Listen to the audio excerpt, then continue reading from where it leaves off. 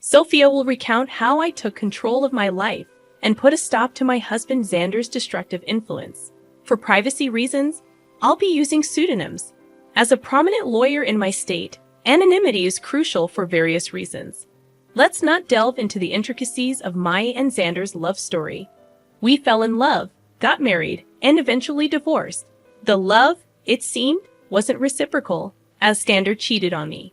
The signs were apparent: avoidance, excessive time outside, and frequent business trips, though I wasn't involved in his sizable business. Despite my success as a lawyer, Xander considered me a failure due to earning less than him. One day, during another one of his supposed business trips, I decided to investigate.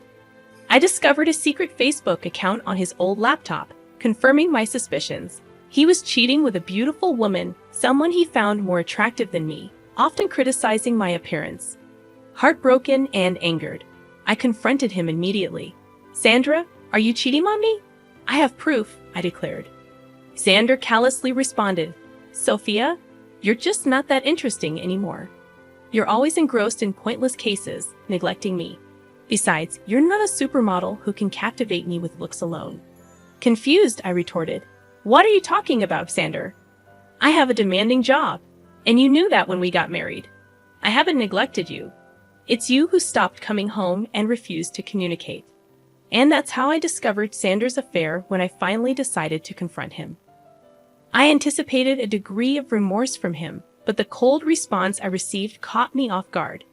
He shifted all the blame onto me, justifying his cheating, a claim that held no validity. Refusing to be falsely accused, I pointed out the flaws in his accusations. Instead of defending his position, he turned cold once more and nonchalantly revealed that he was relieved I had discovered his affair. In a chilling tone, Xander declared, "Good that you found out, Sophia. I no longer have to hide my beautiful girlfriend. She and I will have a perfect life together after I divorce your useless self. Finally, I will marry someone who's worthy of me and my name." His words hit me like a ton of bricks, sending a cold shiver down my spine. As he spoke of divorce, he not only insulted me but also asserted that I was not good enough for him. Accusing me of being a bad wife, he showed no remorse for his affair and even boasted about how a mistress would make a better spouse. Tears streamed down my face as he demeaned me, proclaiming his affair with pride. This was the man I had loved for over a decade, and his words left me shattered. Through my tears, I asked, "How could you say that, Xander? All these years, I've been beside you through thick and thin, honoring my vows and valuing you above all else." His callous response cut deep, dismissing my worth. "Well, Sophia, it doesn't matter anymore. You're just not right for me. I'm now a proud business owner, and a woman with average looks and a pretentious law degree won't do me any good." Feeling utterly demeaned, I protested. "How could you, Xander? I'm a capable woman, even if I don't fit your narrow definition of beauty. I've been a good wife to you, and now you're contemplating divorce." Correcting me, he stated coldly, "I'm not contemplating divorce, Sophia. I've already decided to divorce you. I'm done. I don't want to be with you anymore. I will file soon and have already hired a great lawyer. You better move out before I come home. I don't want to see your ugly face anymore." A few hours after Xander hung up on me, he sent the divorce papers through a friend who looked at me sympathetically. I numbly accepted the papers, shut the door, and cried miserably, letting the reality of my wasted years with a horrible man sink in. However, I decided I wouldn't let this break me.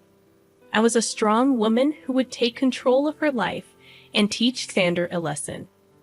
When Xander's friend delivered the papers, he mentioned that Xander had talked about drawing out the divorce. Initially puzzled, it dawned on me that we had a prenup. Xander had insisted that I was entitled to half of his business if he cheated, something I had overlooked in my emotional turmoil. It made sense why Xander wanted to prolong the divorce. He hoped I would give up my rightful share.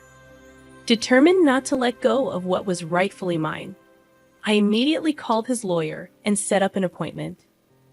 Within 2 days, I moved out of Xander's house and into my childhood home, which was in my name.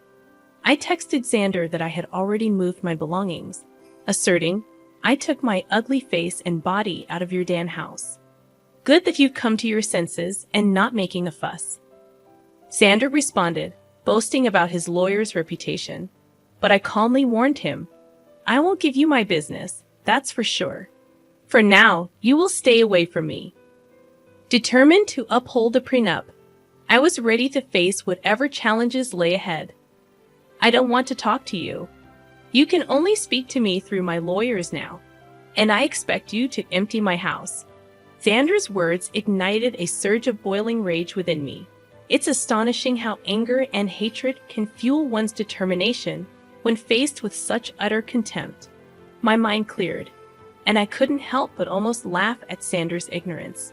He had no clue who he was up against.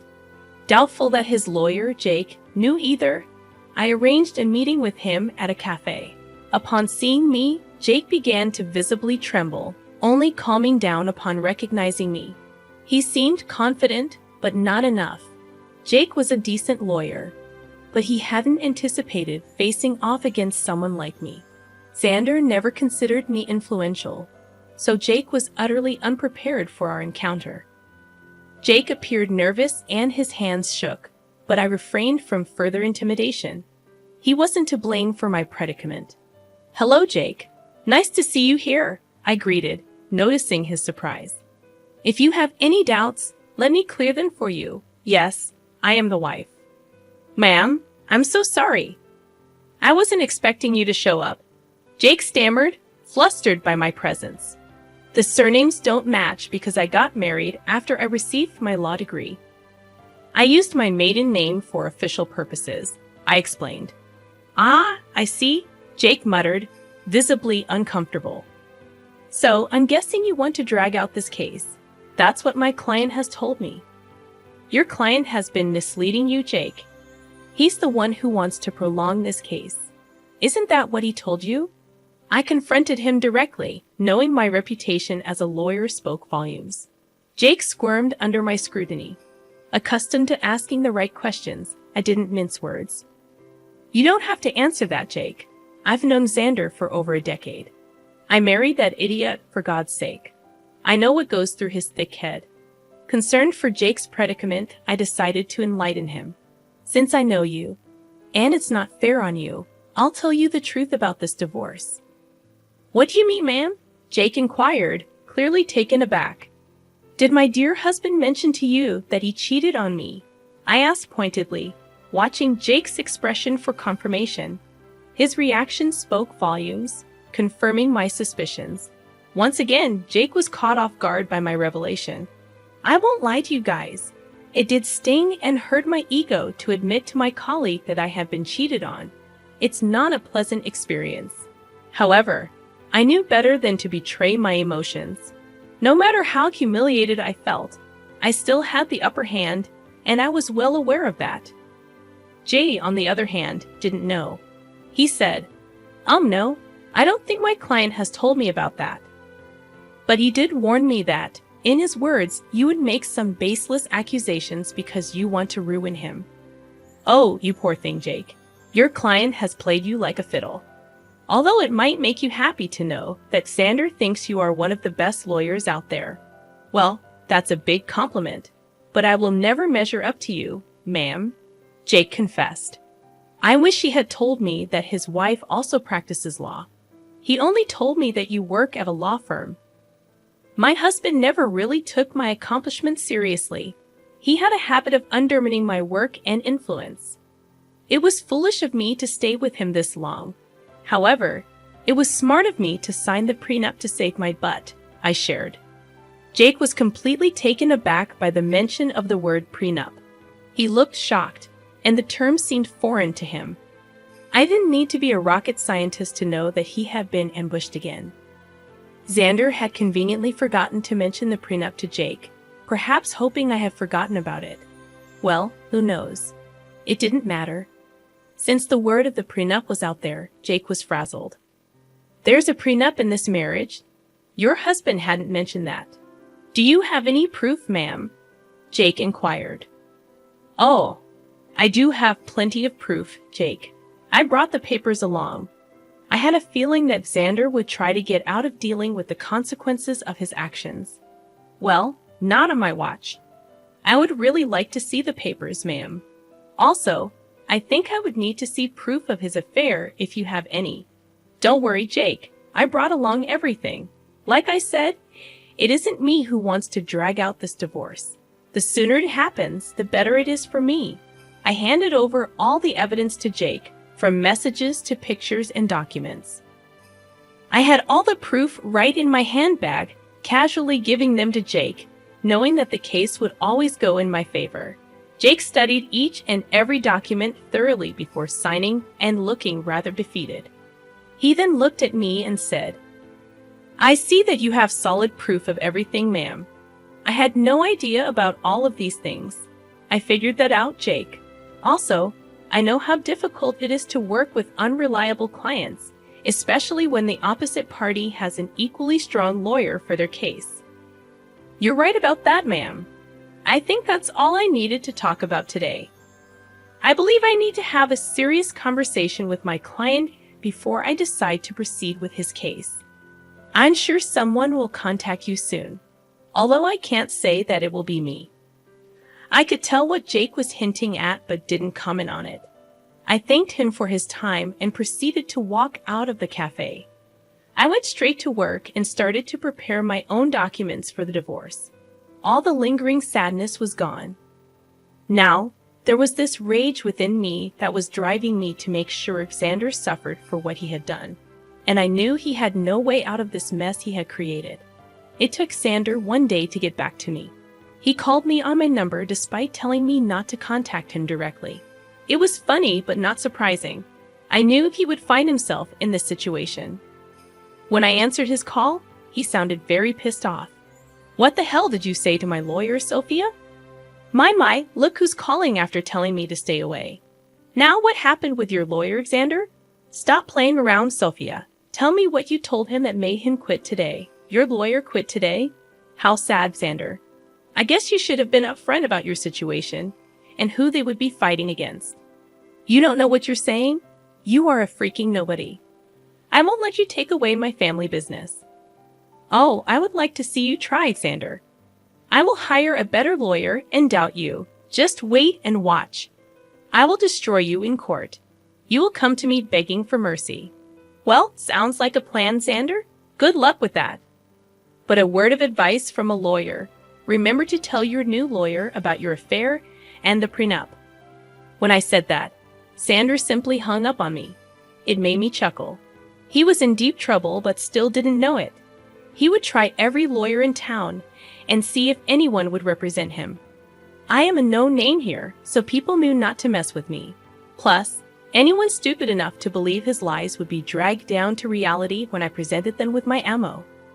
Xander said that he would make me beg for mercy.